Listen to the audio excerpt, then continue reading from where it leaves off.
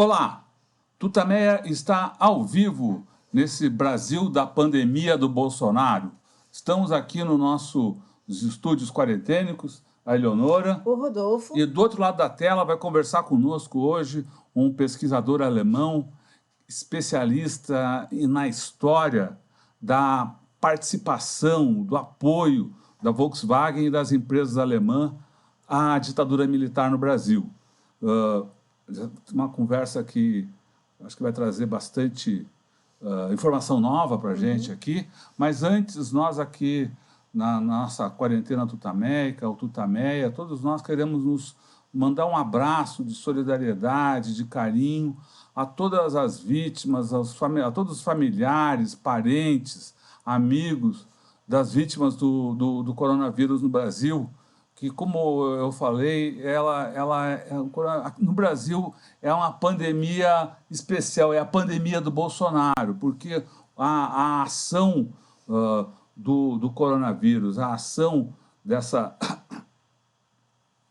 doença, ela foi muito facilitada, foi multiplicada por causa das ações e da falta de ação do governo federal, especialmente do presidente Bolsonaro, que muito contribuiu às suas declarações, a seu desprezo à vida, seu desprezo à doença, sua divulgação de medicamentos que não tem nenhuma, cujo uso não tem nenhuma comprovação científica, não tem nenhuma eficácia contra a doença. Tudo isso contribuiu para que o Brasil chegasse hoje onde está.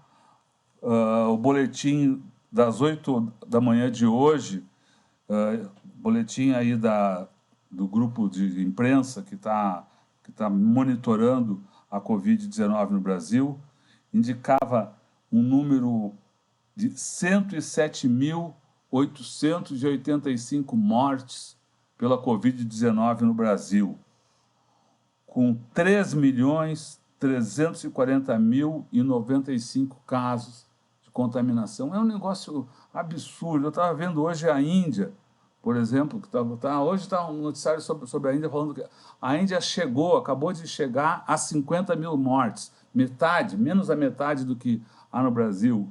A Índia tem uma população que é 6 vezes superior à população do Brasil. Então, o que acontece no Brasil não tem nenhum tipo de comparação com o que acontece no mundo, e é responsabilidade do governo federal. Como muitos grupos de defesa de direitos humanos, grupos de saúde, partidos políticos estão procurando transformar isso oficialmente, responsabilizando Bolsonaro em organismos internacionais. Bom, dito isso, vamos lá para a nossa entrevista. Eleonora, apresenta o nosso amigo Christian Russell. Vamos ver se eu acertei a pronúncia aqui. Christian. Tudo bem? Tudo bem. Então, Christian é nosso convidado de hoje, é jornalista, é sociólogo e é um pesquisador sobre o Brasil e sobre as empresas alemãs no Brasil, e tem feito um trabalho, né, de apuração e de denúncias dessas ações. Eu queria começar te perguntando, Christian, sobre por que do seu interesse sobre o Brasil, como é que a sua ligação com o Brasil começou? Começou em 89, quando, na idade de 20 anos, viajei pela primeira vez no Brasil e comecei a aprender português e comecei a notar que o Brasil não é só praia, futebol e samba, senão que tem uma esquerda, uma história de esquerda, muitas políticas, e fiquei fascinado, interessado, e estudei filosofia e ciência política em Berlim e nunca pensei que um dia ia trabalhar com o Brasil, mas como a vida não é algo que você planeja, aconteceu que acabei trabalhando com os movimentos sociais brasileiros. No começo era a luta contra a siderúrgica da ThyssenKrupp, no Rio de Janeiro, que poluiu a Baía de Sepetiba. E os pescadores não podiam mais conseguir sustentar a vida deles, então eu fiz a campanha aqui na Alemanha contra a ThyssenKrupp, indo nas assembleias de acionistas, protestando, e assim começou, e não sei, não era planejado, é algo que você cai nessa e de repente você fica, e é uma decisão de vida, então a gente continua aqui. Isso. Essa história de ir às assembleias de acionistas, existe na Alemanha, você faz parte da diretoria, um grupo, uma ONG, de acionistas críticos, né? Inclusive acionistas críticos da Volkswagen. Podia explicar o que é esse grupo, como funciona? Posso, claro. Surgiu começo dos anos 80, que era contra a Bayer, a grande empresa que hoje em dia a gente sabe é o maior produtor de pesticidas, agrotóxicos. Eram alguns moradores que moravam ao lado de uma planta da Bayer e notaram que o rio está contaminado, o ar está contaminado, e eles protestaram na frente da empresa e a empresa não reagiu. Aí, no começo dos anos 80, algumas dessas pessoas decidiram, mas tem essas assembleias de acionistas. Se a gente compra uma ação, que não sei quanto era o valor na época, mas é algo que mais ou menos viável, algumas ações custam 20 euros ou 30, Bayer atualmente custa mais, e compraram uma ação, foram para lá como acionistas e se inscreveram na lista dos pessoas que possam falar, porque na Alemanha tem uma tradição que nas assembleias de acionistas, cada acionista que queira participar e que queira falar, tem o direito a mais ou menos 10 minutos de fala. Então, de repente, foi a primeira vez na história na Alemanha que aí chegaram os ativistas dando uma fala na frente da diretoria e na frente de todos os outros acionistas presentes, porque normalmente tem, na Bayer, tem 5 mil, 4 mil, 8 mil acionistas unidos participando na assembleia, e de repente chegam aí os ativistas manchando a imagem da empresa, criticando, etc. E depois as pessoas decidiram, mas vamos fazer, profissionalizar isso um pouco, vamos criar uma ONG e fazer isso com outras empresas também. Então começou com Volkswagen, Siemens, Daimler, etc.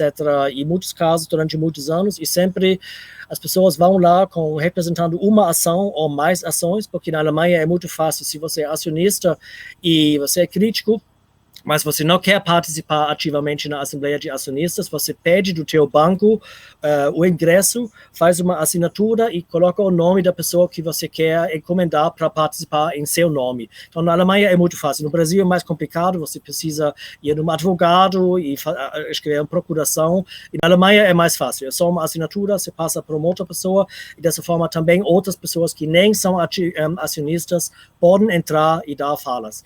Dessa forma, nós, acionistas críticos, também convidamos, por exemplo, pessoas da África do Sul, que perderam parentes em massacres de polícia, num protesto de trabalhadores de minas de platino, que foram assassinados pela polícia. Então, a gente convidou para vir para a Alemanha essas viúvas dessas pessoas assassinadas, e elas, viúvas, com esse ingresso, poderiam entrar na Assembleia de Acionistas e falar diretamente.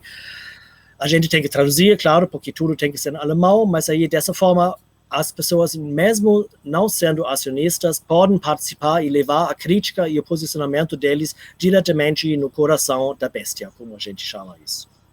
É isso que a gente está fazendo. Também com o Brasil, a gente já convidou várias pessoas do Brasil para participar das diversas assembleias, e a diretoria tem que responder.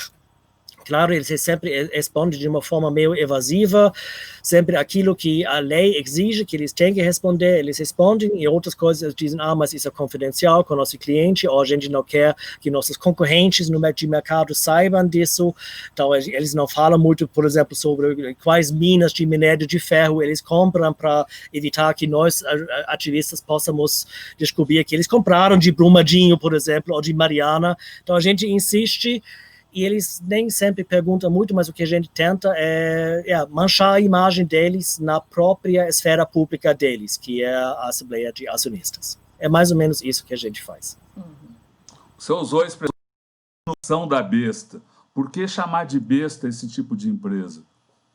Porque eles só pensam em dinheiro, só pensam no lucro, não pensam nos direitos humanos. Quando você fala com um gerente de uma empresa alemã, eu não vou dar o nome, que deu seguro para a hidrelétrica de Belo Monte, ficam chocados quando sabem depois o quanto isso causou impactos nos ribeirinhos, na vida dos indígenas, que na Volta Grande do Xingu ficam na seca, porque na Volta Grande do Xingu tem, em 100 quilômetros, tem 80% menos de água de que antes. Então, viver essa miséria causada pelo comportamento das empresas, isso a maioria dos empresários não conseguem saber ou nem querem saber, porque só pensa no lucro. Então, a gente critica isso e a gente sabe que não podemos mudar o rumo e o comportamento da empresa, porque com um voto, uma ação, somos muito fracos. Mas a gente pode causar um mal-estar neles e talvez conseguir algumas corações de alguns pequenos acionistas que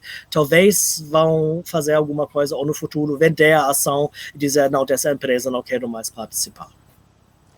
O caso da Volkswagen envolvida com a ditadura militar e atuando conjuntamente com os órgãos de repressão, ele começou a ficar mais claro com a Comissão Nacional da Verdade. Queria que você contasse para a gente, né, como é que esse caso emergiu depois de tantos anos, né, e como é que foi a história da elucidação desse caso.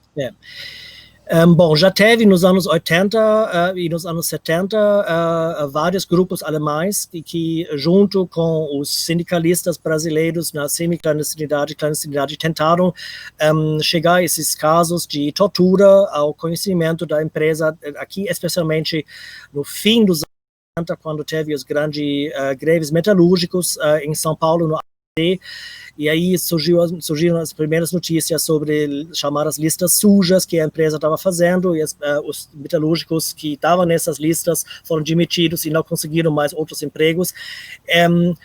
Também, na época, parece que no fim dos anos 70, os sindicatos da Volkswagen, que eram bem fortes, começaram a pressionar a diretoria da Volkswagen Mundial para pressionar a diretoria da Volkswagen do Brasil ao comportamento. E parece que a partir dos anos 80, aí deu algum efeito. Mas, afinal, até hoje em dia, a Volkswagen ainda não pediu publicamente desculpas pela colaboração com a ditadura militar, com os órgãos de repressão, ainda não pagou indenização individual às pessoas que foram torturadas na empresa, às pessoas sobre as quais as seguranças patrimoniais da empresa juntaram informações, passaram essas informações para o centro de tortura DOPS, as pessoas foram presas dentro da fábrica, levadas ao DOPS, foram torturados no DOPS, inclusive o caso de Henrique Plaghi, aí no mesmo dia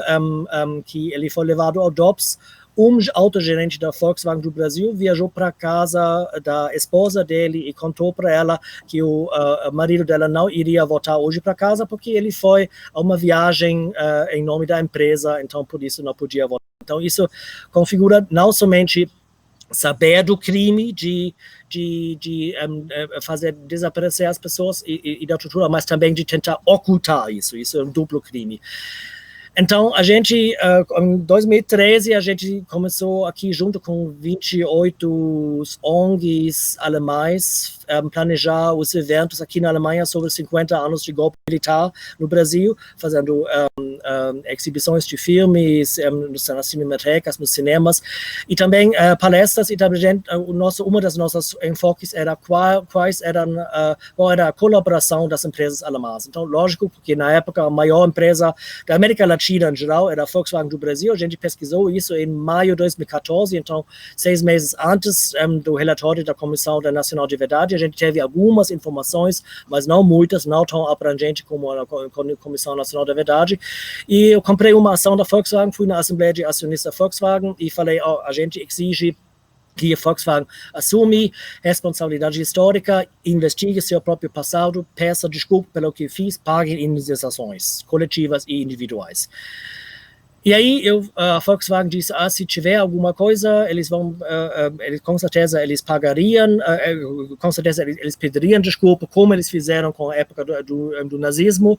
E eu fiquei curioso, queria saber, mas não acreditei muito. E poucas semanas depois, o Manfred Krieger, que na época era o historiador oficial da Volkswagen, me contatou Diz que ele acabou de terminar estudo e agora ele vai focar na questão do Brasil. Ele pediu alguns contatos de sindicalistas e trabalhadores da época em São Paulo e a gente se encontrou uma vez. E aí depois ele viajou para o Brasil e também começou a pesquisar. 2 anos depois ele foi demitido, foi trocado por um outro historiador, o Christopher Copper, que foi encomendado pela Volkswagen de fazer o relatório, e o relatório Copper finalmente comprovou que a Volkswagen, da época que a segurança patrimonial espionava os próprios trabalhadores e entregou eles, de fato, à tortura. Só que a Volkswagen, na nota de prensa, fala que isso seriam atos individuais, que isso não seria o comportamento geral da empresa e que, especialmente a partir dos 79, 80, Volkswagen do Brasil teria se fortalecido pelo comprometimento pela democracia e pelos valores democráticos. Então a gente critica essa interpretação histórica porque não está comprovado no relatório Copper. O relatório Copper, tanto como o relatório Guaraci Mingadi, que o Ministério Público de São Paulo encomendou, comprovaram que era sistemático e sistêmico a colaboração da ditadura. O fato da segurança patrimonial da empresa Volkswagen juntar informações, entregar as informações ao DOPS, era conhecido da diretoria da Volkswagen do Brasil, inclusive no caso do Wolfgang Sauer, que era presidente da Volkswagen meados anos 70. As informações que a segurança patrimonial podia passar para o DOPS foi através da escrivaninha dele, pela mesa dele. Então, primeiro ele leu as informações e liberou elas. Então, isso é uma cumplicidade direta. Por isso, a Volkswagen tem que, primeiro, pedir desculpas, pagar indenizações individuais e pagar indenizações coletivas, que seria especialmente um fundo de pesquisa para continuar a pesquisar quais outras empresas colaboraram na época no Brasil e também um dinheiro para construir um memorial, um lugar de memória que resgate essa história das lutas dos ativistas, dos trabalhadores, das trabalhadoras, e que é importante que esse lugar seja mantido, tenha na gerência também os afetados, os trabalhadores, as trabalhadoras, os sindicalistas da época, e que não seja uma coisa só de Volkswagen dar o dinheiro e patrocínio e pronto, e até Volkswagen possa decidir o que tem aí dentro. Eu acho que isso é algo muito importante e a gente continua exigindo que isso seja feito, para que finalmente seja feito justiça, tanto como se possa falar em justiça quando tem pessoas que foram torturadas. Falar em recuperação ou reparação em caso é impossível, porque são dores que ficam para sempre. E temos o caso que Henrique Plage e Lúcio Bellentani, os dois trabalhadores da Volkswagen que foram levados ao DOPS e foram torturados, morreram, né? Henrique Plage 2 anos atrás, Lúcio ano passado, algo que dói muito no coração. Eles não podiam mais ver o dia que Volkswagen finalmente pedisse desculpa e pagasse indenizações coletivas e individuais. Os casos deles são os mais bem documentados, que comprovam essa colaboração sistêmica da Volkswagen. Você podia detalhar um pouco cada caso e essa documentação ou essas comprovações do vínculo sistêmico da empresa? Então, Lúcio Bellentani fez seu depoimento frente à Comissão Estadual de São Paulo, se não me engano. Isso era antes que o relatório da Comissão Nacional de Verdade se terminou. Então, o Lúcio estava trabalhando, ele era membro do PCB clandestino, e alguém dedurou ele, provavelmente, e ele foi levado à área de segurança patrimonial. Teve aí as seguranças da Volkswagen e já os agentes de repressão que começaram logo a bater nele, e tem o chefe da segurança, Adam Mahut, estava lá, disse que ele, inclusive, teve uma arma lá, algo que seria ilegal, algo que não foi perguntado nas análises do Ministério Público, algo que ainda falta. Então, aí o Lúcio foi levado para o DOPS, ficou lá se não me engano, 40 dias, ficou torturado, e primeiro pelos 40 dias a esposa dele não sabia onde ele estava, ela foi todo dia para a Volkswagen, na porta, perguntar onde está meu marido, onde está meu Lúcio, e ninguém respondia, até que ela um dia disse, então, provavelmente ele está morto, então eu vou pedir os papéis para receber, como se fala em português, o seguro de vida dele. Então, aí, de repente, o pessoal da Volkswagen diz, mas talvez a senhora vá lá no DOPS, pergunta lá. E aí foi achado, depois ele foi num presídio e ele foi anistiado pela comissão da amnistia, mas ele nunca recebeu um pedido de desculpa da Volkswagen. Outro caso é Henrique Plage, como eu já falei, ele foi também levado ao DOPS e o gerente da Volkswagen foi para a casa da esposa, ele foi uma viagem da empresa, ficou também vários meses lá no DOPS, foi torturado e pouco tempo depois que ele foi lá, ele até foi demitido pela empresa. Então, e o Henrique Plage fez sua entrevista junto ao Ministério Público, porque em 2015 o IEP, todas as centrais sindicais do Brasil, vários advogados de direitos humanos e ativistas de direitos humanos e os trabalhadores fizeram uma ação civil pública lá junto com o Ministério Público de São Paulo, que são 3 ministérios, Ministério Público Federal, Ministério Público Estadual, e mais tarde se inclui também o Ministério Público de Trabalho de São Bernardo, e todos esses 3 ministérios públicos pesquisaram esse caso e está terminado o caso, e aí a questão parece que desde 2017, quando saíram os 2 relatórios do Guaraci Mingardi e do Christopher Coppa, tem negociações que não se sabe o que se negocia, mas se ouviu num relato da mídia, dos jornalistas livres, que a Volkswagen aparentemente se recusa a financiar um lugar de memória, algo que a gente acha um absurdo, e a gente continua esperando que a Volkswagen assumisse a sua responsabilidade histórica. Você citou há pouco o relatório do historiador, o Coppa, que é o historiador contratado pela Volkswagen e que fez um relatório bastante completo. Até ele cita, queria que você comentasse um pouco isso, a importância estratégica da subsidiária brasileira da Volkswagen à época, porque não era mais uma empresa, né? Foi a primeira empresa que a Volkswagen, a primeira indústria que a Volkswagen instalou fora da Alemanha, que tinha um peso importante nos resultados da Alemanha e praticava uma política de salários e uma política de segurança interna, de segurança aos trabalhadores, bastante precária, de acordo até com os parâmetros alemães, né? Isso acho que explica um pouco essa adesão interna à fábrica, né, à oposição, não?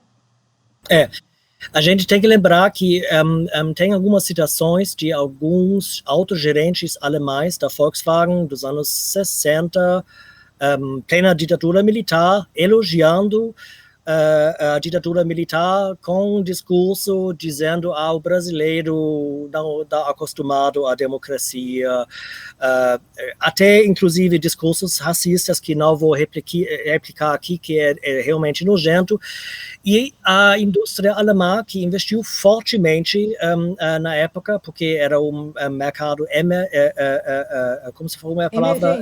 Emergente. Isso é a palavra em português, e também porque era um mercado emergente, porque teve o arrocho salarial. Então, de fato, os trabalhadores, as trabalhadoras, cada mês teve menos dinheiro no bolso com valor de compra do que no mês anterior. Isso, claro que os lucros explodiram. Os lucros da Volkswagen desses anos eram até 30%, 40% em alguns anos, só de lucros. Então, se você faz um investimento de, sei lá, 1 milhão, depois de 2 anos e meio, esse 1 milhão você já tem de volta. Então, era enorme esse lucro. E então, eu considero que as empresas alemãs queriam participar nessa onda e estavam super felizes, estavam nem aí com a democracia brasileira e estavam nem aí com a ditadura brasileira. algo que, só um passant dizer, eu tenho essa impressão que até hoje, infelizmente, alguns empresários alemães não se preocupam muito com Bolsonaro, acham que o Bolsonaro seria estabilidade, eles pensam em crescimento econômico, querem flexibilização das leis ambientais, mas não pensam em democracia, não pensam em Estado de Direito, não pensam em todas as comunidades nos territórios indígenas, quilombolas, etc., que estão sendo ameaçados pelos grandes projetos horrorosos que o Bolsonaro faz. Então, isso é algo que até hoje temos continuidade, que não podemos esquecer de lembrar-nos disso. E lutar contra isso, claro. Mas por que elas deveriam se interessar pela democracia e pelo bem-estar da população dos países em que atuam? Do pensamento capitalista só existe o lucro, mas como somos seres humanos, isso é algo que percebo que algumas, não todas, mas algumas pessoas mais velhas, quando, por exemplo, agora os empresários mais velhos que já se aposentaram, quando os netos e bisnetos perguntam, vovó, o que você fez contra a mudança climática? Ou vovó, o que você fez na época quando você era gerente da Volkswagen do Brasil na plena ditadura militar? Aí eles começam a notar que ou eles são ignorantes, como alguns são, e continuam defendendo isso, ou alguns outros também notam que talvez a vida deles teve algum problema, que eles talvez nem sacaram o sentido da vida e talvez, afinal, eles entendam alguma coisa. Porque, afinal, somos seres humanos. Então, eu ainda quero acreditar, mas eu sei que, claro, capitalista pensa no próprio bolso e se um capitalista muda de opinião, então ele vai ser devorado pelo outro capitalista. Isso, infelizmente, é a realidade que temos que enfrentar. Por isso, as lutas sociais são tão importantes. Havia também muita ligação da Volkswagen com o próprio governo, no sentido de conseguir benesses, de conseguir incentivos, né?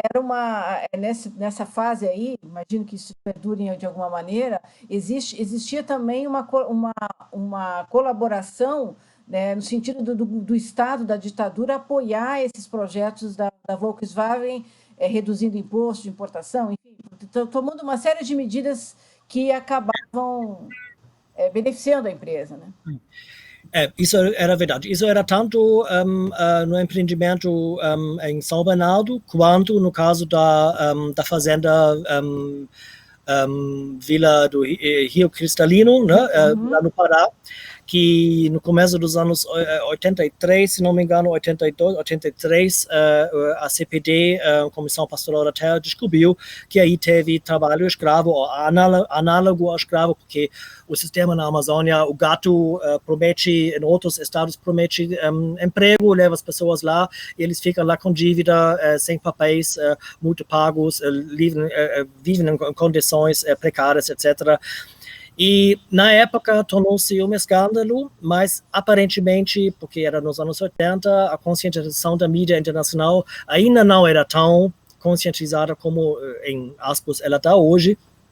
Porque o maior escândalo, parece, na época, era o grande incêndio, porque chamaram que seria o maior incêndio do mundo, porque Volkswagen estava derrubando ali as árvores, e que o sistema de gato, que é um sistema análogo à escravidão, muitos jornais, nem todos, mas muitos jornais alemães também falam, mas essa é a realidade amazônica, por que a Volkswagen poderia mudar isso? Mas os sindicalistas da época e os ativistas das ONGs dos direitos humanos também, na época, lutaram já contra isso.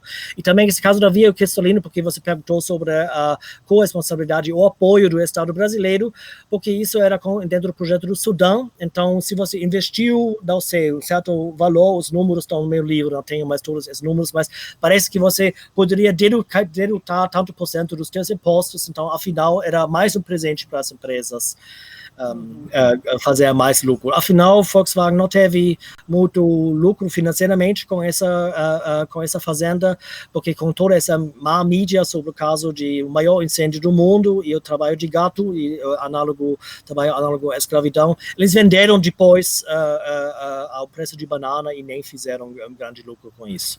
Aí eu diria bem feito, mas ainda queria que seja justiça feita para os trabalhadores da época que trabalham lá aí análogos à escravidão, ainda não foram indenizados.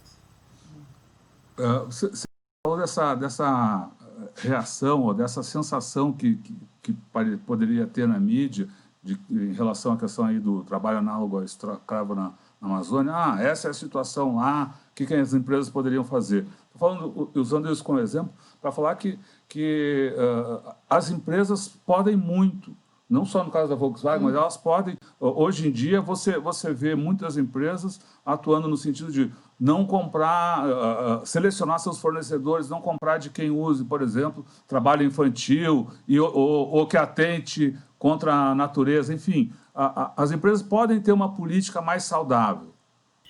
A gente até tem uma outra posição, a gente acha que eles devem. Por exemplo, quando a gente pergunta a eles, vocês compram de tal e tal mina, Mariana, Brumadinho, Carajás, eles sempre dizem, a gente não dá essa informação.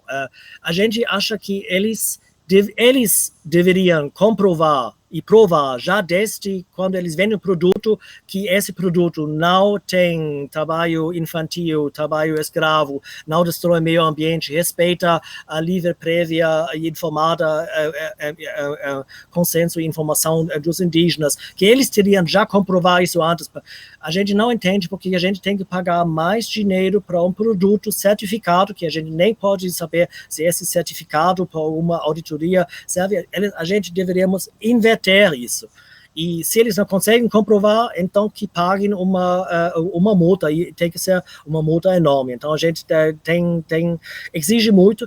A Alemanha ainda não tem uma lei para isso, mas estamos quase conseguindo que o Ministério da Economia alemão ainda está contra, mas parece que o Ministério de Cooperação e o Ministério de Trabalho, algumas semanas atrás, fizeram um novo projeto de lei sobre a responsabilidade jurídica de empresas alemãs na atuação em toda a cadeia produtiva deles. Isso seria um grande avanço, inclusive porque essa lei, que é algo que as ONGs sempre exigem, essas leis têm que dar o direito penal para os afetados dos grandes empreendimentos no exterior poder processar aqui na Alemanha a empresa, porque é algo que até hoje não é possível, porque a jurisdição sempre diz, a jurisdição brasileira, no caso do Brasil, então primeiro tem que usar todos os meios jurídicos no Brasil, se isso não é suficiente, se pode ir para a Comissão Interamericana ou para a ONU, mas usar os tribunais alemães não. Então a gente acha que temos que inverter isso, porque em muitos casos a gente sabe que a jurisprudência no Brasil de vez em quando é, digamos, complicado. Então, a gente quer que as pessoas atingidas por empresas alemãs tenham o direito de processar as empresas alemãs também aqui. Vamos voltar um pouquinho só para a Volkswagen. Tem alguns pontos que ainda estão obscuros. Além da participação da Volkswagen nesse sistema de segurança e de repressão interna dos seus trabalhadores, não ficou muito claro no relatório se houve, o historiador não conseguiu comprovar o financiamento direto da Volkswagen e das empresas aos militares e aos órgãos de repressão. Ele mesmo levanta a hipótese que isso pode ter acontecido via financiamento da Fiesp. Quer dizer, o que se pode saber, o que se pode dizer sobre o envolvimento maior das empresas na operação como um todo da ditadura?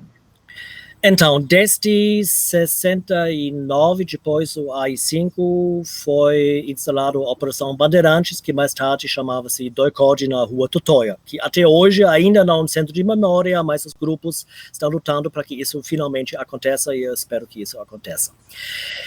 O relatório Coppa, ele fala que não se pode comprovar isso, não foram achados nenhum documento que possa comprovar isso. O relatório do Guaraci Mingadi diz que é bem provável que isso aconteceu, mas ele também não achou nenhum documento. Eu só quero lembrar que na Volkswagen Volkswagen do Brasil teve uma diretoria, um conselho de administração e um conselho fiscal. No conselho fiscal, um dos homens fortes era o João Bautista Leopoldo Figueiredo. Ele era ele era fundador e durante 17 anos ele era o presidente da Câmara Brasil de Indústria e Comércio Brasil-Alemanha. Até hoje ele está sendo mantido lá como membro honra dessa entidade que ainda existe. Ele era membro do Conselho Fiscal, ele era fundador e presidente do IPES, aquele instituição que fez propaganda para destituir o governo democraticamente eleito João Goulart.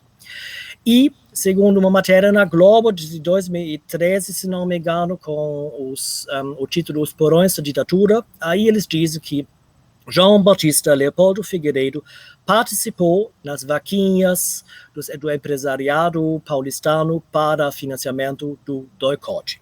Isso consta no Globo. Então, temos um financiamento, uma citação do Globo, que o João Batista Leopoldo Figueiredo, que era membro do Conselho Fiscal da Volkswagen da época, juntou grana para o Centro de Tortura DOI-CODE. Para mim, isso fica claro que Volkswagen é corresponsável e o fato a gente ainda não ter achado nenhum papel é que porque os arquivos foram queimados, sumiram, quem sabe com quem ficou o quê.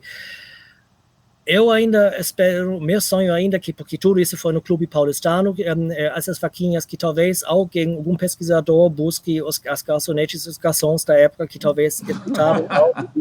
Eu não tenho contato, mas se alguém de vocês vai lá, talvez as pessoas se lembram, mostram fotos de João Batista Leopoldo Figueiredo, talvez alguém se lembra que ele juntou, sei lá, quanto dinheiro na vaquinha. Talvez seria uma opção. Mas papéis, documento, provavelmente a gente não mais vai achar, a não ser se algum dos ex-militares morra e os herdeiros são jovens de esquerda e tornam isso público, aí eu ficaria feliz e talvez dessa forma a gente tenha mais algo em concreto na mão. Mas eu pessoalmente acho que a personagem de João Batista Leopoldo Figueiredo, que era o primo do ditador, isso é bastante interessante, ainda falta pesquisar a profundeza esse cara que morreu já em 89.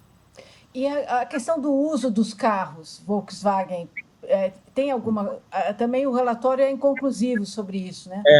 Você tem alguma ideia sobre isso? Não, a gente sabe que o DOI-CODE usava os carros da Volkswagen, mas a gente não sabe se eles compraram ou se foi uma doação. Eu, pelo menos, não vi nenhum documento que foi comprovando que foi uma doação. E também temos que levar em consideração que Volkswagen era o maior produtor do país de carro, então a possibilidade de que seja um Volkswagen era muito grande. Talvez dessa pista não nos diz muita coisa, não. Mas se alguém encontra algum documento, maravilha. Mas só para concluir, eu pessoalmente acho que Volkswagen contribuiu com as vaquinhas, pelo menos através da personagem do João Batista Leopoldo Figueiredo, e por isso eles tornam-se também responsáveis por tudo que aconteceu lá no DOI-CODE. Só queria lembrar isso aqui. O senhor falou de relatórios que seriam entregues aos órgãos de segurança, que passaram pela mesa do Wolfgang Sauer. Você poderia detalhar mais essa informação? Não, isso foi algo do relatório Guaraci-Mingardi, né? E também tem uma citação do Werner P. Schmidt, que era o chefe da Volkswagen do Brasil antes do Wolfgang Sauer, e ele deu na Süddeutsche Zeitung, um jornal alemão bem grande, que até hoje existe, ele diz, claro que no Brasil tortura-se, claro que um policial, um agente atira antes de perguntar, mas... o que você espera se você quiser levar o país para frente? Era mais ou menos, eu não tenho a citação palavra por palavra, mas era isso. Então, os gerentes da Volkswagen do Brasil, cidadãos alemães, sabiam que no Brasil se torturavam e mesmo assim eles sabiam que as seguranças patrimoniais deles, da própria empresa, juntaram essas informações sobre os trabalhadores e passaram essas informações ao centro de tortura. Então, isso, no meu ver, configura o crime de colaboração para tortura. Então, aí não tem nenhuma discussão, a Volkswagen é corresponsável para tortura. O problema é que na Alemanha, nos anos 70, tortura não era considerado juridicamente como crime contra a humanidade. Na época, era ainda como Körperverletzung, acho que como lesão corporal é a palavra em português. Então, não se pode retroativamente processar os alemães, se eles estão ainda vivos, né, se eles sabiam disso, de colaboração para a tortura, porque na época tinha sido colaboração para lesão corporal, e isso é algo que já está prescrito. Então, pela lei alemã, não se pode processar os cidadãos alemães que eram gerentes da época, caso se eles estivessem ainda vivos e caso se eles sabiam que acontecia tortura. Outra questão é sobre os gerentes brasileiros, sobre a jurisdição brasileira, porque aí tortura não prescreve, o Ministério Público continua sendo ativo. E isso é um dos motivos que eu ainda acho, se nas negociações com Volkswagen agora sobre indenizações individuais e coletivas não chega-se a um resultado que convence, eu acho tem que fazer um processo, e se perde o processo, vai na Comissão Interamericana, vai na ONU, vai continuar, e tem que mostrar para a Volkswagen que estamos decididos de ir até o final e até que finalmente justiça seja feita. Eu até acho que isso é um caminho viável, não podemos esquecer disso. Você acha que a Volkswagen está usando a pandemia como uma desculpa para, enfim, adiar a negociação? Há um jogo de negativa de responsabilidade, de jogar para frente aí. Como é que é isso aí? O que está acontecendo? Porque desde 2017, tem essas negociações, que são negociações em secreto, confidenciais, então sobre os conteúdos, ninguém que não participa não pode saber nada. Também o Ministério Público não fala nada, só confirma os fatos formais. O Ministério Público me confirmou o fato formal de que Volkswagen pediu, por causa da corona, suspender temporariamente essas negociações. E aí eu fiz essa matéria, denunciando isso tanto aqui na Alemanha quanto no Brasil, e de repente a Volkswagen voltou à mesa de negociação, e as negociações continuam, e eu espero que finalmente chegue a algum resultado que convence. Uhum. Teve um manifesto também divulgado, né? Tem. A gente divulgou um manifesto binacional brasileiro-alemão no começo de agosto, e vamos lançar mais um para aumentar a pressão e exigir que finalmente se tenha um memorial que vale a pena ter o nome memorial. O que seria esse memorial? Isso primeiramente... isso seriam os trabalhadores, as trabalhadoras, os ativistas de direitos humanos, as pessoas que viviam essa luta, têm que ter um papel decisivo na decisão sobre o conteúdo desse memorial.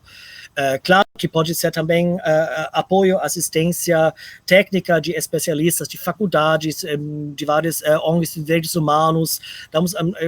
Para isso, eu acho que é possível. Eu não sou especialista nesse tema, então eu não vou opinar sobre o conteúdo, mas eu sei que as pessoas mesmas que lutaram, que viviam isso, elas mesmas têm que participar na gerência, na gerência dessa futura instituição, para que realmente seja algo válido e importante. E por que é importante a existência de um memorial? Para que nunca mais aconteça, para que as alunas e os alunos de escola possam ir lá, que cada escola municipal, cada escola estadual, cada escola federal vá lá, que cada classe tenha seu material didático sobre o que era a ditadura militar, para que todos saibam o que era o AI-5, o que significa tortura, para que ninguém possa falar, eu quero a volta de ditadura, para que as pessoas, as novas gerações, os jovens, as pessoas jovens sejam sensibilizados pelas atrocidades do passado. Isso que eu acho. Tem um ponto, só voltando à questão histórica, e tem um ponto que também para mim ficou um pouco obscuro, que é a participação, a existência dessa pessoa, Franz Stogel, que foi um chefe nazista no campo de concentração em Treblinka, acusado de centenas de milhares de mortos. O relatório ele não diz que a diretoria da Volkswagen provavelmente não sabia que essa pessoa tinha fugido da Alemanha depois da guerra. E você tem alguma opinião sobre isso? Esse é um caso menor? Tenho. Então, o relatório Coppa fala que provavelmente a diretoria da Volkswagen nem sabia quem ele era. Até pode ser, mas o nome era conhecido, ele constava em todas as listas de Interpol, e não sei, bom, ele teve um trabalho subalterno, ele não era chefe da segurança, nada disso, mas talvez ele teve interesse em se esconder. Então, o relatório Coppa avalia que não havia nenhum propósito, nenhuma colaboração da Volkswagen, da diretoria, porque eles simplesmente não sabiam. Eu não sei, o relatório Guaraci Mingardi fala diferente, que é provável, e o Guaraci Mingardi no relatório também fala, e agora vou falar sobre uma especulação minha, eu quero dizer, é só especulação, não tenho nenhuma prova na mão, mas no relatório Guaraci Mingardi consta de que alguma pasta do DOPS esteja escrito de que o correio pessoal entre a Alemanha e Brasil seja feito por uma pessoa com o nome Leopold. Quando eu li isso, a primeira coisa que me pensou, não, nos anos 60, quem viajava entre o Brasil e a Alemanha várias vezes por ano, que podia levar correio clandestinamente, que passava na alfândega sem que alguém controlasse. Porque na época era navio, que era muitas semanas, e avião era muito caro. Então, a primeira coisa que me chegou na cabeça, desculpa, a única pessoa que eu sei que teve o nome Leopold, que viajava entre o Brasil e a Alemanha constantemente, cada ano nessa época, era o João Batista Leopoldo Figueiredo. Só uma dica, não tenho nenhuma prova, mas se alguém quiser pesquisar isso, por favor, pesquisem isso, porque isso seria uma pista interessante, se talvez, porque se fosse isso, o Serviço Secreto Externo Alemão, o BND, que fez essa linha de ratos dos nazis fugindo da Alemanha através da Áustria, Síria, Egito para a Argentina e Brasil, provavelmente eles sabiam disso, mas isso é, repito, mera especulação, mas fiquem à vontade a pesquisar isso. Qual o impacto de toda essa discussão hoje na imagem da Volkswagen? Isso tem algum impacto? Eles estão realmente preocupados com isso? Ou é uma coisa que está no passado, que eles não... Enfim, como medir a força dessa história hoje? Teve esse documentário na TV estatal ARD, né, que assistiram muito mais que 1 milhão de pessoas, e teve várias reportagens sobre isso na grande mídia, e eu pessoalmente tenho a impressão que as pessoas da diretoria da Volkswagen de hoje querem se livrar desse tema, eles querem pagar esse valor que seja pago para eles, é nada. Mesmo com crise corona, mesmo com todas essas multas da manipulação dos motores diesel, e também eles pessoalmente não eram os gerentes responsáveis da época, que já morreram, alguns vivem, mas já estão aposentados, então para eles só poderiam, tanto mais que eles demoram a assumir a responsabilidade histórica, quanto mais eles pessoalmente estão perdendo, como se diz, a opinião pública. Para eles seria fácil. Por isso, o Handelsblatt, eu concordo com isso, o Handelsblatt, o maior jornal de comércio alemão, publicou que depois do relatório Coppa, a diretoria da Volkswagen em Wolfsburg queria pagar indenizações e quem freou foram as gerentes da Volkswagen do Brasil. Então, aí essas pessoas que talvez, segundo as notas de prensa e os comentários deles, alguns deles são bolsonaristas. Eu acho que eles deveriam responder à pergunta por que eles não querem, porque, segundo a Volksblatt, eles avisaram, preferem não pagar a indenização, porque isso abriria uma caixa de Pandora. O que poderia sair dessa caixa de Pandora?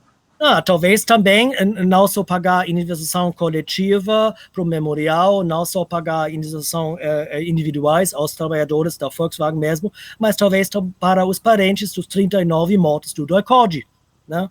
Se a Volkswagen, o João Batista Leopoldo Figueiredo, sendo membro do Conselho Fiscal, participou da vaquinha, então a Volkswagen e inclusive a Câmara de Indústria e Comércio, eu gostaria também que eles participassem também no pagamento de indenizações, porque, aliás, na época ele já não era mais gerente, porque ele saiu em 66, 67 e só a partir de 69 começou com vaquinha. Então, a Câmara de Comércio, nesse sentido da fora, mas eles pelo menos deveriam tirar o nome de João Batista Leopoldo Figueiredo de ser o presidente de honra deles, deveriam tirar esse nome pelo menos.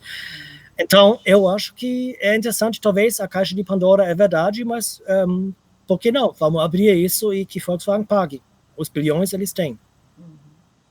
É engraçado você falar em caixa de Pandora, porque a gente sabe que muitas outras empresas, né, de capital estrangeiro e brasileiras também se envolveram com a ditadura e financiaram a ditadura.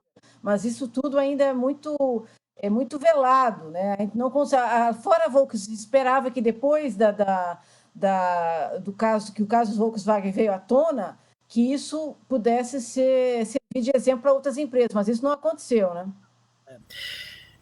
A gente não tem uma farta documentação como no caso Volkswagen tem. Por isso, tem essa exigência dos ativistas de direitos humanos de que na indenização coletiva tenha também dinheiro para continuar a pesquisar as outras empresas. Mas eu tenho sobre essa frase, não vamos abrir a caixa da Pandora, uma outra teoria. Boa. Porque se a Volkswagen pagasse isso e publicamente pedisse desculpas e assumisse a responsabilidade histórica, seria um sinal também para os bolsonaristas. Que cada assim? Explica melhor essa ideia. Porque até hoje tem muitos empresários brasileiros, inclusive alemães, atuando no Brasil, apoiando o Bolsonaro. Essas pessoas deveriam saber, apoiando o Bolsonaro, eles tornam-se cúmplices no genocídio que o governo Bolsonaro está levando para frente. Com negligência na crise corona, com os ataques concertados deles e dos garimpeiros e dos madeireiros contra terras indígenas, etc. Então, para que essas pessoas, esses empresários saibam que no futuro, talvez, possa ter ações judiciais também para alguém que colaborou e apoiou diretamente. Por que não? Então, eles não querem que se discute isso, mas eu acho que seria um sinal muito importante para a sociedade brasileira se a Volkswagen assumisse responsabilidade histórica, dizer democracia e direitos humanos são importantes, mais importantes do que lucro. Então, eu acho que seria importante sinal para o empresariado brasileiro e para a sociedade em geral. Então, ao longo desses anos de debate aí, parece que a Volkswagen já em alguns momentos reconheceu sua culpa, e até eu estava vendo uma reportagem de 2015, cita que ela até estaria disposta a pagar um memorial, além das indenizações. Enfim, e daí acontece todas essas marchas e contramarchas quando já há a empresa já assume, já publicamente assumiu sua culpa. Então, voltando à caixa de Pandora, aí, tem os nomes, quem são os responsáveis aqui no Brasil por impedir que esse reconhecimento efetivamente ocorra?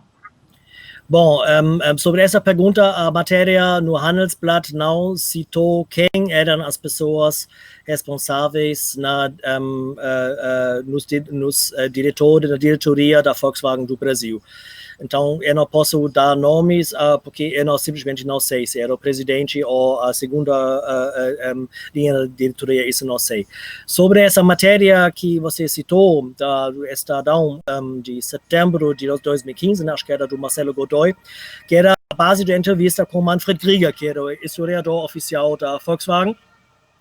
E, infelizmente, 2 dias depois, ou um dia depois, o Manfred Krieger, a Volkswagen, desmentiu essa informação. Até hoje, a gente não sabe se foi um mau entendimento ou se talvez a Volkswagen não gostou, o Manfred Krieger oferecendo isso. A gente não sabe disso, a gente só sabe que um ano depois, 2015, 16, acho que em 16, Manfred Krieger foi demitido oficialmente por causa de comentários críticos que ele fez ao estudo um estudo de um colega sobre a Audi, uma outra empresa filha da Volkswagen, sobre Audi e a colaboração da Audi com o fascismo alemão, e oficialmente o Griga foi demitido por causa disso, mas tem essa suspeita que também foi divulgado aqui na mídia alemã, que a demissão do Manfred Griga teria a ver de que a Volkswagen de Wolfsburg não estava concordando com as pesquisas e as ideias do Manfred Griga, mas isso é especulação. Manfred Griga e Volkswagen assinaram um contrato de dissolver o contrato dele, então ficou combinado de ficar em silêncio e não comentar nada, então a gente não vai saber o que era atrás disso. Eu estou entendendo que a sua tese é de que a mudança política no Brasil com a vitória do Bolsonaro fez com que a Volkswagen mudasse de posição ou adiasse a sua decisão para ver como é que fica. Tem a ver, porque o governo Bolsonaro, como se sabe, destrói os direitos humanos, não tem, é uma política totalmente refratária a qualquer tipo de política de direitos humanos. Você acha que essa situação política no Brasil hoje impede ou está segurando esse acordo de acontecer? Bom, é mera especulação, mas eu acabei de terminar um texto sobre empresas alemãs agora no bolsonarismo e fiz um conjunto das citações deles, dos empresários alemães atuando no Brasil com jornais alemães. E fiquei chocado quando eles diziam, mas a mídia alemã que fala tão mal do Bolsonaro não sabe o que ele é, chamam ele de ultradireita, mas ele é conservador e com ele tem estabilidade financeira, econômica e o mais importante, ele vai levar para frente reformas, inclusive os ministérios de infraestrutura e de finanças e de economia são muito bem organizados, então eu, pessoalmente, tenho a impressão que vários empresários alemães e gerentes alemães estão satisfeitos e só posso especular se a atual gerência da Volkswagen do Brasil é bolsonarista ou não, mas parece que eles, pelo menos, não publicaram nada crítico em relação ao Bolsonaro e talvez foi isso também os motivos que eles não acham oportuno agora no momento de revelar, fazer novas ações sobre a época da ditadura. Seria especulação, mas a tendência é que eu tenho a impressão que sim, para formular isso bem cauteloso. Uhum. E o que você pode falar mais sobre esse livro que você está escrevendo, então, sobre as empresas alemãs? Não, também a dupla moral das empresas de BASF e Bayer que estão vendendo no Brasil agrotóxicos com ingredientes que na União Europeia já estão proibidos e no caso da Bayer são 12 ingredientes, na caso da BASF 13. E Bayer, com a compra da Monsanto, tornou-se o maior produtor mundial de agrotóxicos, porque o glifosato é o mais usado, então eles têm uma corresponsabilidade sobre o fato de que tem tantos casos de intoxicação no Brasil. E também no livro eu falo sobre a importação de soja, especificamente de farelo de soja. Explico o complexo de soja e também porque a União Europeia importa 56% do farelo de soja que o Brasil exporta, vai para a União Europeia para ser usado como proteína aqui nas fábricas industriais de animais. Então, cada schnitzel bem barato que a gente come aqui tem ingredientes também do Cerrado e da Amazônia. Outro caso é a questão de carne. A Alemanha não é tão grande importador de carne, mas com as negociações de livre comércio entre a União Europeia e Mercosul, essa taxa Hilton, que atualmente são 200 mil toneladas de carne do Brasil, que está sendo exportado pela União Europeia, vai aumentar por mais 50%, also mais 99 mil toneladas, e isso já é um número significativo, e a gente sabe que carne, junto com especulação de terra, grilagem, são os maiores motivos para o desmatamento da Amazônia e no Cerrado, inclusive. Então, é algo que a gente sempre focaliza aqui na corresponsabilidade da gente aqui, dos nossos consumidores, das nossas empresas e dos nossos políticos, que continuam achando que tem que continuar a manter diálogo com Bolsonaro, e o que eu tentei mostrar nesse livro que vai ser publicado em setembro, que com o governo Bolsonaro não se tem diálogo, tem que falar bem claramente com ele, ignorar ele e achar outros caminhos apoiar a sociedade civil, por exemplo, na cooperação, etc. Mas vai ser publicado só em setembro. Quer dizer, você acha que o boicote a esses produtos produzidos aqui seria um caminho para que a Alemanha poderia seguir? É complicado, porque os produtos que a Alemanha compra mais é farelo de soja e minério de ferro.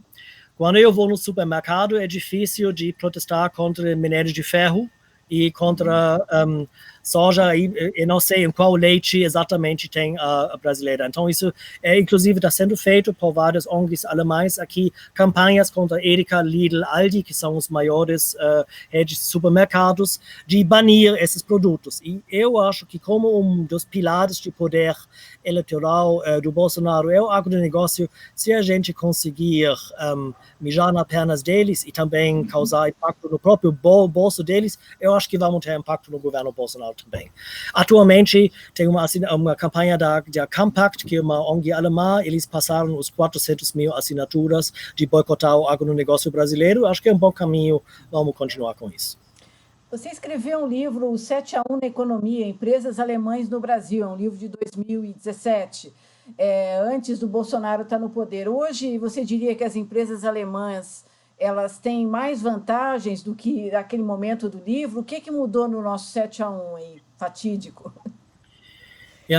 Passou para 14-1.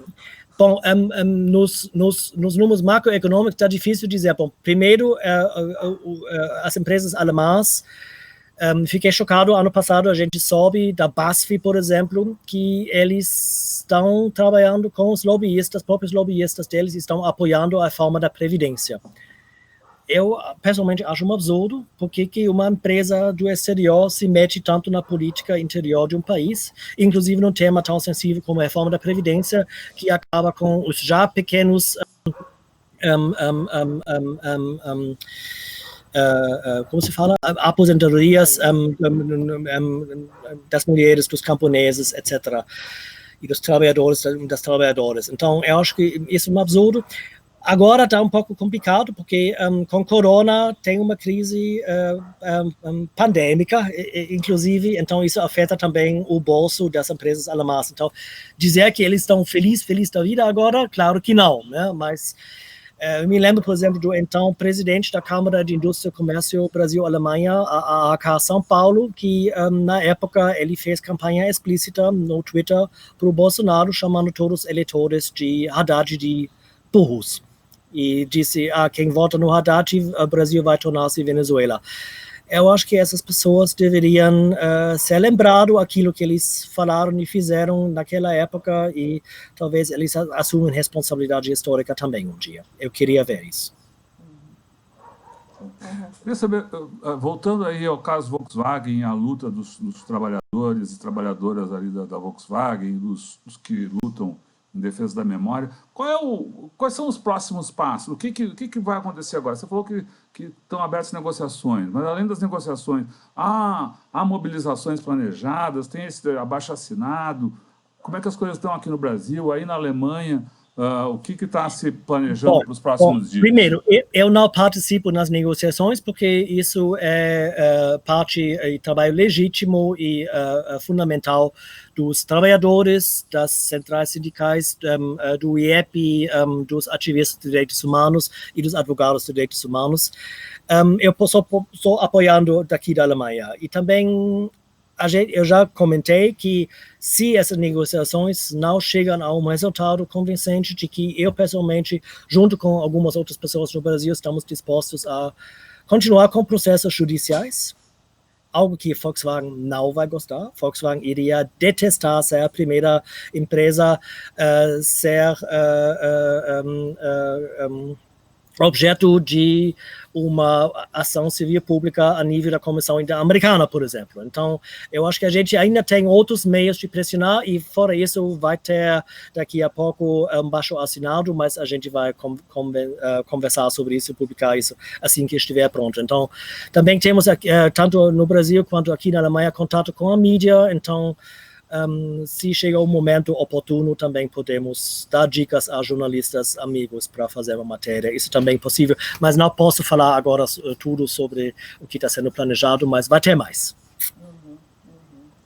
Então, deixa eu ver se eu consigo amarrar o que essa conversa aqui. Você acha que é exagero dizer que, assim como as empresas que apoiaram a ditadura de alguma maneira, estão tendo um julgamento da história, vão ser confrontados com as suas decisões lá atrás, hoje também os empresários que apoiam o bolsonarismo também podem ser cobrados jurídica, historicamente, das suas opções no presente?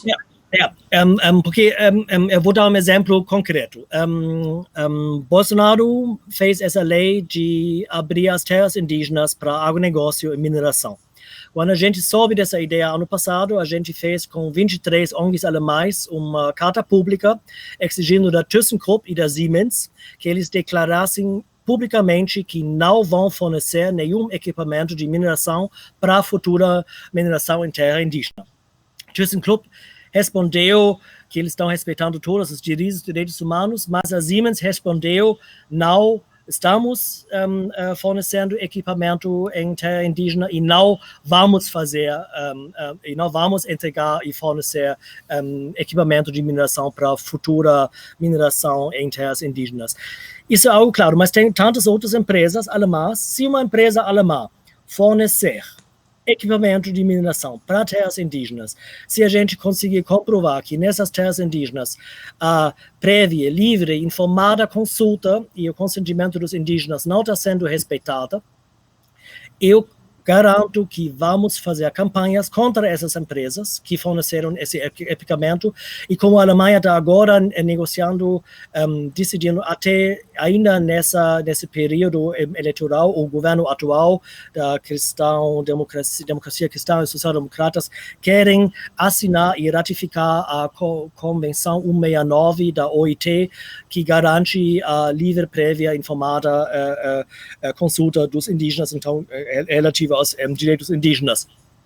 Se o governo alemão ratificar isso ainda não quer dizer que as empresas tenham uma responsabilidade civil, jurídica ou uma responsabilidade penal frente àquilo que eles fazem, por exemplo, se eles estão fornecendo equipamento. Mas na mídia seria um grande avanço e, não sei, talvez na legislação brasileira, se a gente consegue comprovar que uma empresa alemã que foi avisado antes, não entregue fornecimento não fornece equipamento de mineração em terra indígena, e se depois tiver violações de direitos humanos lá, eu não garanto que isso não seja possível, talvez, processar também as empresas alemãs no Brasil. Por que não? Vamos ver. Isso seria, talvez, uma advertência a essas empresas. Não se achem tão imbatível, porque tem outros meios. Tem justiça transição, que também as leis mudam, as leis se desenvolvem, então a sociedade também se desenvolve, a opinião pública se desenvolve, e também pode acontecer que aquilo que você hoje acha totalmente normal, você mesma em 10 anos vai achar um absurdo como eu podia fazer isso. Então, melhor escutar aos atingidos, aos afetados, aos movimentos sociais, aos ativistas, aos sindicalistas, aos trabalhadores, todas as pessoas que moram e trabalham nos territórios que estão sendo destruídos pelas grandes máquinas de mineração e pelo agronegócio e pelos agrotóxicos. Escutam a essas pessoas dos territórios e aí vocês vão evitar muitos problemas no futuro, talvez. Isso é uma dica que eu dou para os empresários alemães. E sobre a cobrança da história, a cobrança futura, a colaboração e apoio ao governo Bolsonaro e às políticas de morte que ele vem desenvolvendo aqui no Brasil? É uma questão, né? Atualmente tem os vários sindicatos de trabalhadores de medicina, né, que fizeram essa denúncia em La Haia, na Holanda, na Corte Internacional Penal, para crimes contra a humanidade, que você acha isso bastante interessante. Não sei se isso é juridicamente possível, e claro, também não tem nenhuma dimensão de corresponsabilizar as empresas que apoiaram isso.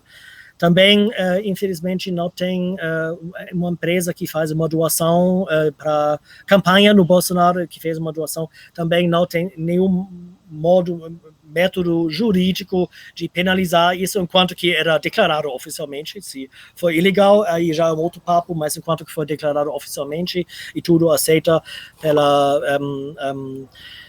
pelo Tribunal Eleitoral, então vai ser difícil de processar.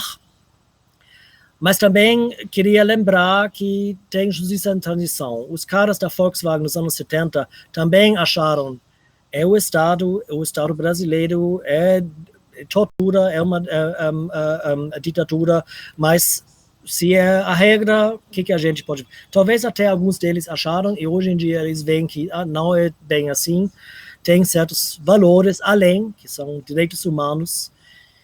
Então, vamos ver o que será. Mas tudo isso só se dará com luta social. Resistência, ativismo, protestar, fazer campanhas, lutar por direitos humanos e não pensar só em si e no próprio bolso. Muito legal. Então, pessoal, a gente conversou aqui com Christian Russell, pesquisador alemão, que tem um longo trabalho aí sobre as atividades de colaboração da Volkswagen com a ditadura militar e das empresas, de empresas alemãs, né, com a ditadura e hoje, né, com o que está ocorrendo hoje no Brasil. Essa conversa fica disponível para você no nosso canal no YouTube, o Tutameia TV, e você também pode acessar, chegar às informações que o Christian nos passou, visitando o nosso site Tutameia. O endereço é tutameia.jor.br. E agora a gente convida o Christian a dar a sua mensagem final, aí, a sua mensagem de despedida para o pessoal que nos acompanhou aqui ao vivo, aqui nas redes sociais, e que vai ficar conosco pela internet afora. Tá, primeiro quero agradecer por poder contribuir para esse debate importante. Estou muito agradecido, fico muito feliz. Eu espero que não falei só bobagens, talvez algumas coisas interessantes. E, afinal, eu acho o 7 ruim, foi ruim, não foi planejado. Temos que virar o jogo. Vamos fazer um 8-7 pelos movimentos sociais, pelos ativistas, pelos trabalhadoras, contra essas empresas e todos que destroem e ignoram a vida, e juntos, tanto nas lutas sociais no Brasil, quanto as lutas dos movimentos sociais aqui na Alemanha, vamos lutar junto e talvez a gente consiga construir um mundo um pouco melhor e solidário, sempre tendo em memória, em consideração a nossa corresponsabilidade aqui, das nossas empresas e nosso consumo aqui, que acaba destruindo os territórios e a natureza no Brasil. Vamos tentar lutar junto, é isso. E lutar sempre, em pé. Isso. Tá bom? Obrigada. Agradeço. Tá? Muito obrigado. Boa noite. Tchau. Tchau, tchau. É isso, né? Isso. Então, vamos lá. Tchau, pessoal. Vai lá no Tutameia TV e se inscreva, aperta na sinetinha para receber as últimas novidades aqui do canal. E divulga o canal, divulga o site, visite o site, que está cheio de coisa bacana lá, outras entrevistas, textos de colaboradores, enfim. Visite o Tutameia, conheça mais o mundo do Tutaméico aí. Isso aí. Tchau, pessoal. Tchau.